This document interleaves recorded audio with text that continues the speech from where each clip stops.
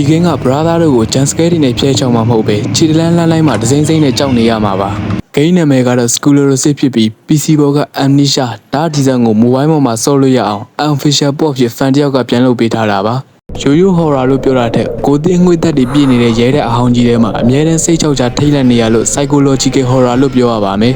ကျွန်တော်တို့ကအတိတ်မိနေတဲ့ Daniel နေရာကဆော့ရမှာဖြစ်ပြီးသူကသူ့နာမည် Daniel ကလွဲလို့ဒီနေရာကိုဘယ်လိုရောက်လာလဲဆိုတာလုံးဝမမှတ်မိပါဘူး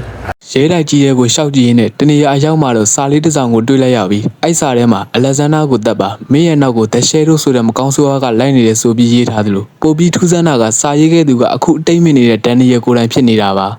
ဂိမ်းကိုချဲလန့်ဖြစ်သွားစေတာတခုက character ကအမောင်ထဲမှာနေကြတဲ့အခါနဲ့ monster တွေကိုကြည့်မိတဲ့အခါ sanity ကျပြီးအမြင်တွေဝေဝါးလာတာပါ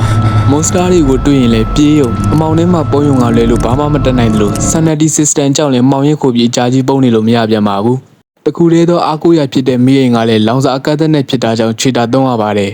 အဲ့ဒါကြောင့် monster ပြန်လဲသွားတာနဲ့အလင်းထဲကိုအမြန်ပြေးဘယ်အချိန်မှအဲ့ကောင်ကြီးပြန်ပေါ်လာမလဲဆိုပြီးဂိမ်းတစ်လျှောက်လုံးစိုးရိမ်နေရတာပါ